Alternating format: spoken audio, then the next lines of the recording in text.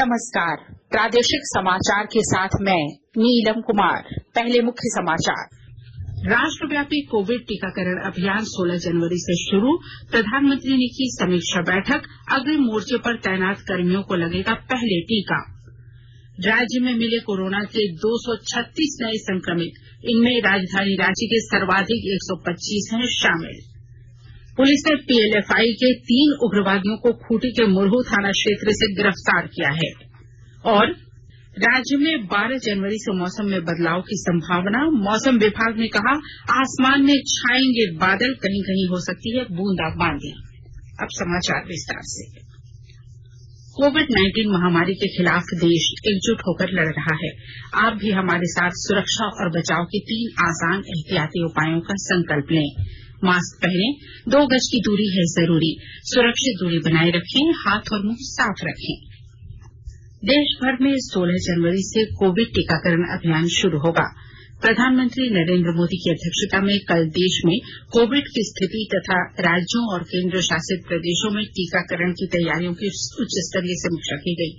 इस बैठक में मंत्रिमंडल सचिव, प्रधानमंत्री के प्रधान सचिव, स्वास्थ्य सचिव और संबंधित वरिष्ठ अधिकारियों ने हिस्सा लिया। प्रधानमंत्री ने विभिन्न मुद्दों से संबंधित कोविड प्रबंधन की विस्तृत और व्यापक समीक्षा की। राष्ट्रीय नियामक ने कोविशील्ड और कोवैक्सीन 2 टीकों को आपात स्थिति में इस्तेमाल करने की अनुमति दी। इन टीकों की सुरक्षा और प्रतिरोधक क्षमता सिद्ध हो चुकी है।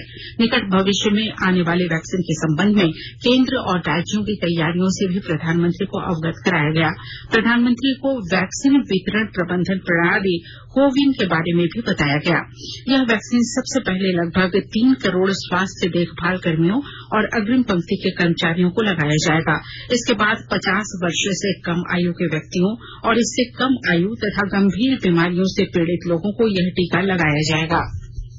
राष्ट्रपति रामनाथ कोविंद ने कहा है कि 2 कोविड वैक्सीन विकसित करने में भारतीय वैज्ञानिकों और तकनीकविदों की सफलता आत्मनिर्भर भारत अभियान की एक प्रमुख उपलब्धि है और यह वैश्विक स्वास्थ्य देखभाल की भावना से प्रेरित है। राष्ट्रपति कल प्रवासी भारतीय दिवस सम्मेलन 2021 के समापन सत्र में बोल रहे थे। राष्ट्रपति ने कहा कि देश के आत्मनिर्भर भारत अभियान के 5 प्रमुख स्तंभ अर्थव्यवस्था, बुनियादी ढांचा, जनसांख्यिकी, लोकतंत्र और आपूर्ति श्रृंखला है। उन्होंने कहा कि आत्मनिर्भर भारत का तात्पर्य स्व केंद्रित प्रबंधन या देश को बंद करना नहीं है, बल्कि यह आत्मनिर्भरता की ओर बढ़ने का आत्मविश्वास है। स्वास्थ्य मंत्री डॉक्टर हर्षवर्धन ने कहा कि आत्मनिर्भर भारत योजनाओं से भारतीय वैज्ञानिकों को गहरे समुद्र में अनुसंधान संबंधी गतिविधियां संचालित करने में बड़ी मदद मिली है।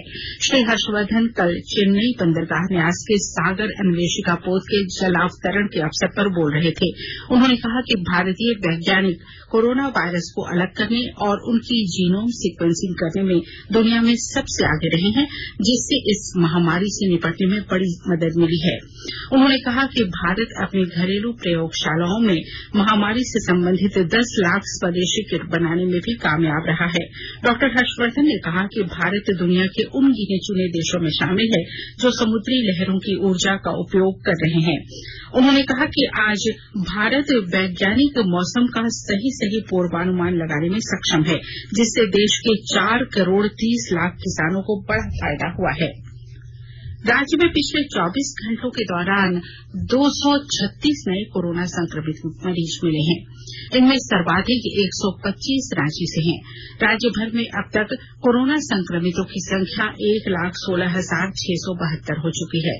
राज्य में कोरोना संक्रमितों के स्वस्थ होने की दर बढ़कर 97.82% तक पहुंच चुकी है।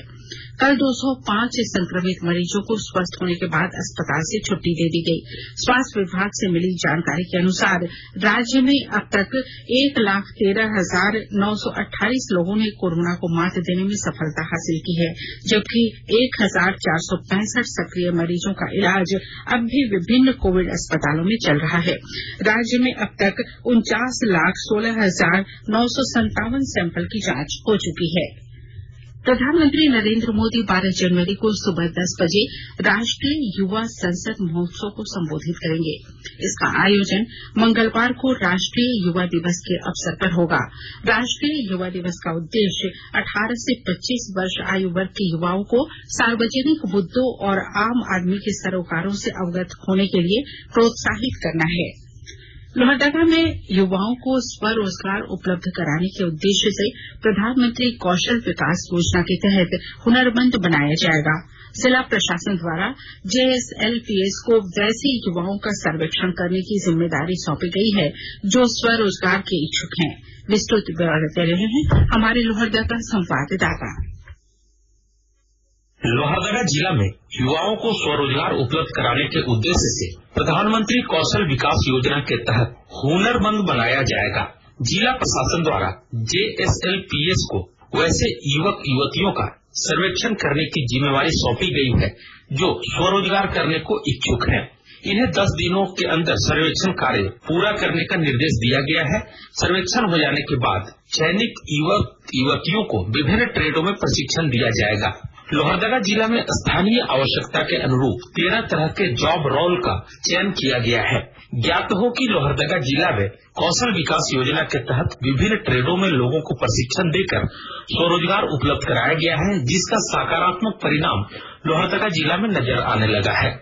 गोपी कृष्ण कुंवर, आकाशवाणी समाचार, लोहरदगा। प्रधानमंत्री नरेंद्र मोदी 31 जनवरी को आकाशवाणी से मन की बात कार्यक्रम में देश और विदेश के लोगों के साथ अपने विचार साझा करेंगे।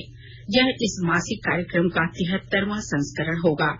लोग नमो ऐप या माई GOV ओपन फोरम में अपने विचार साझा कर सकते हैं। वे टोल फ्री नंबर 1800-11-7800 पर भी डायल कर सकते हैं और अपना संदेश हिंदी या अंग्रेजी में रिकॉर्ड कर सकते हैं। लोग 1922 पर मिस्ड कॉल भी दे सकते हैं और अपने सुझाव सीधे प्रधानमंत्री को SMS के प्राप्त लिंक से भेज सकते हैं।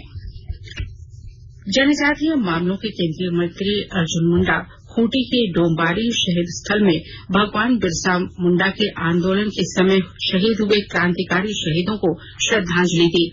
इस मौके पर श्री मुंडा ने कहा कि उनके मंत्रालय की ओर से 65 एकलव्य मॉडल विद्यालय का निर्माण कार्य चल रहा है।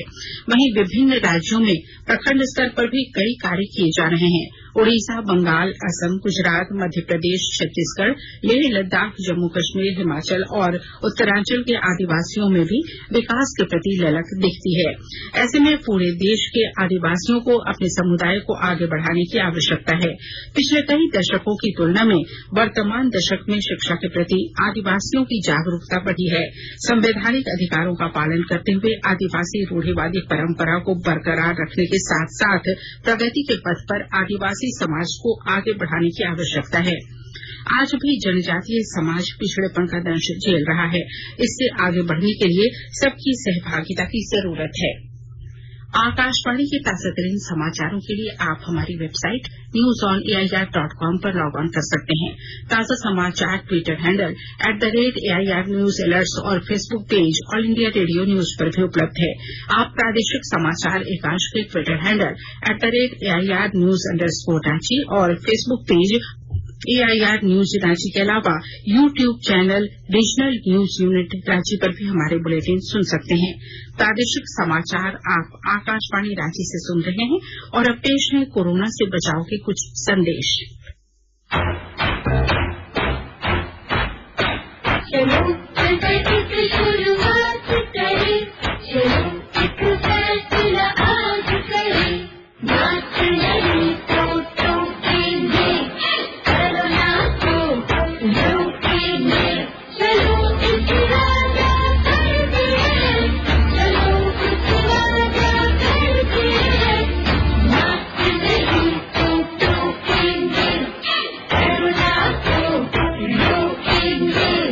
सरकार द्वारा जनहित में जारी। कोविड-19 से बचाव और सुरक्षित रहने के 3 उपाय। मास्क लगाएं, 2 गज दूरी है जरूरी, सुरक्षित दूरी रखें, हाथ और मुंह साफ रखें।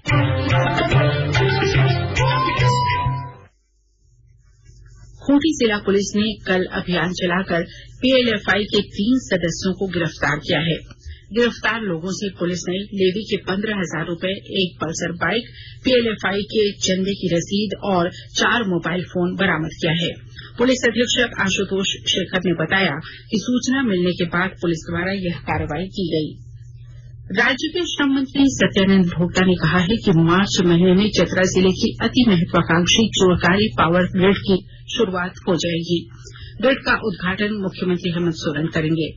श्री भोक्ता ने चतरा में पत्रकारों से बातचीत में कहा कि पावर ग्रिड के उद्घाटन के बाद चतरा जिला मुख्यालय को 24 घंटे निर्बाध बिजली आपूर्ति की जाएगी। बिजली वितरण निगम ने 3 माह तक गांव में 5,000 जबकि शहरी क्षेत्रों में 10,000 से अधिक के बिजली बिल जमा न करने वाले उपभोक्ताओं के कनेक्शन को काटने की योजना बनाई है। राज्य आपूर्ति अंचल के सभी 6 डिवीजन के साथ खूंटी, गुमला, लोहरदगा और सिमडेगा में भी यह अभियान चलाया जाएगा।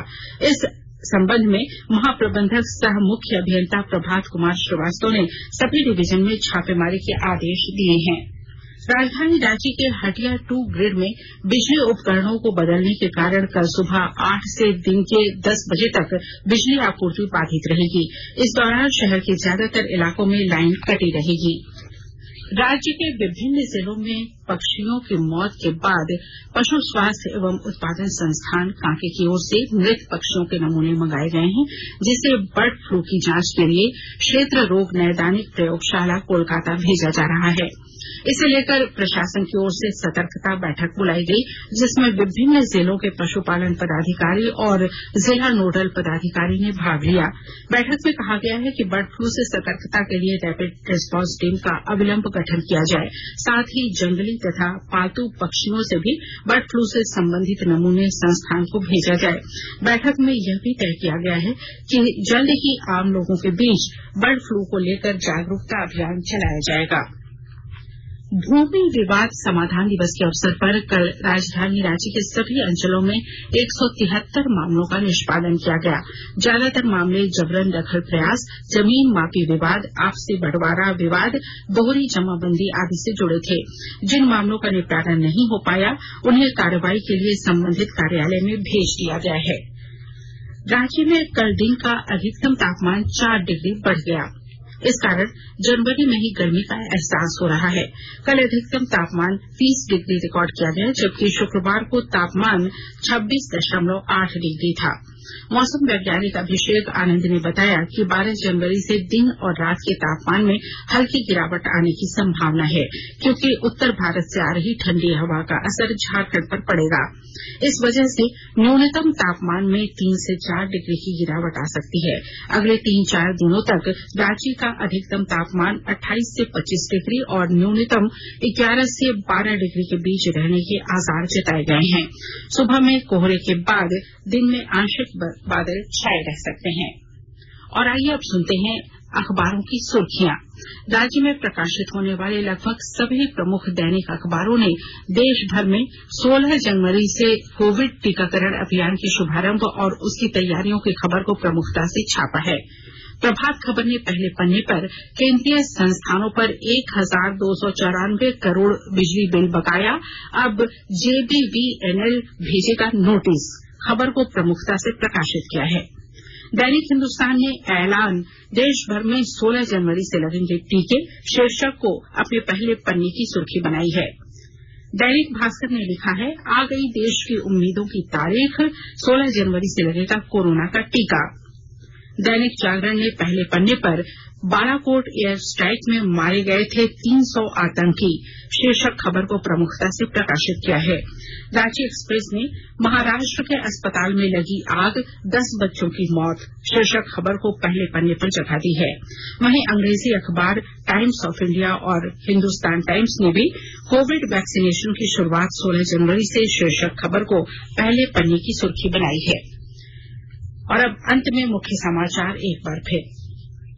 राष्ट्रव्यापी कोविड टीकाकरण अभियान 16 जनवरी से शुरू, प्रधानमंत्री ने की समीक्षा बैठक, अग्रिम मोर्चे पर तैनात कर्मियों को लगेगा पहले टीका। राज्य में मिले कोरोना के 236 नए संक्रमित, इनमें राजधानी रांची के सर्वाधिक 125 हैं शामिल। पुलिस ने पीएलएफआई के 3 उग्रवादियों को खूंटी के मुरहू थाना क्षेत्र से गिरफ्तार किया है।